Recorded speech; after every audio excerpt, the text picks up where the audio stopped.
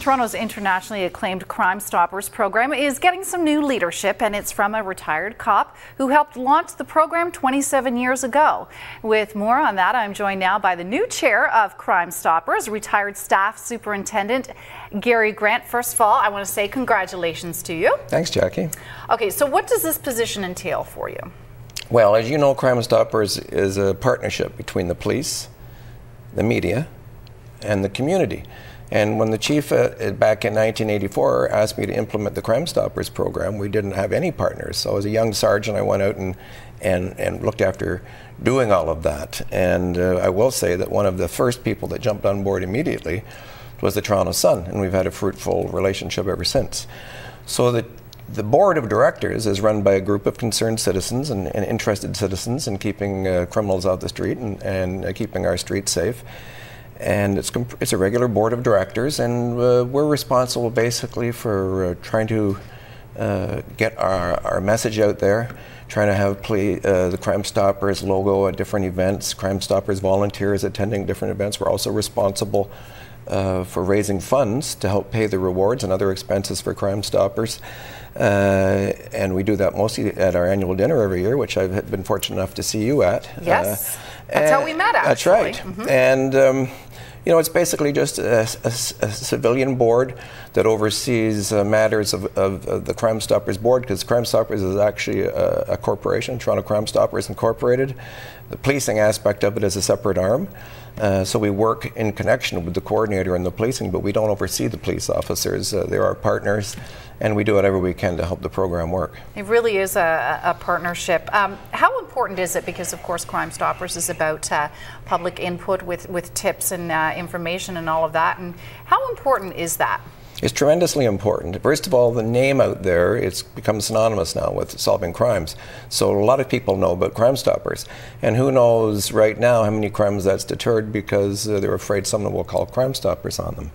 But it's also out there as an avenue for people that want to be involved, want to provide information on criminal activity, but for one reason or another, either fear of retribution or not wanting to go to court, whatever, they don't want to give their names, but they do want to help.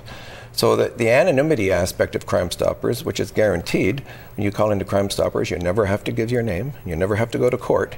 You provide information to the Crimestoppers program, then they pass it on to the police investigators that are looking after those particular cases. They don't go and make an arrest solely on a Crimestopper tip.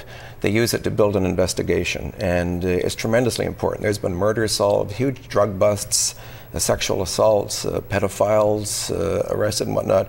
Crimestoppers is tremendously important to the city, and now it's an international program right across the world. How has it changed from the time when you first helped open up Crimestoppers here in Toronto to what it is today? How has Crimestoppers changed? Well, it's certainly become more accepted even within police services. When I first started the program, the media jumped on board immediately. I think they saw the value of it, and a community board came on. The biggest obstacle was police themselves. Some of the old-timers didn't think they needed this newfangled stuff to help them to help them solve crimes. And they started to learn quickly enough. So it's grown in leaps and bounds. But I think the biggest thing that's changed now is the outreach.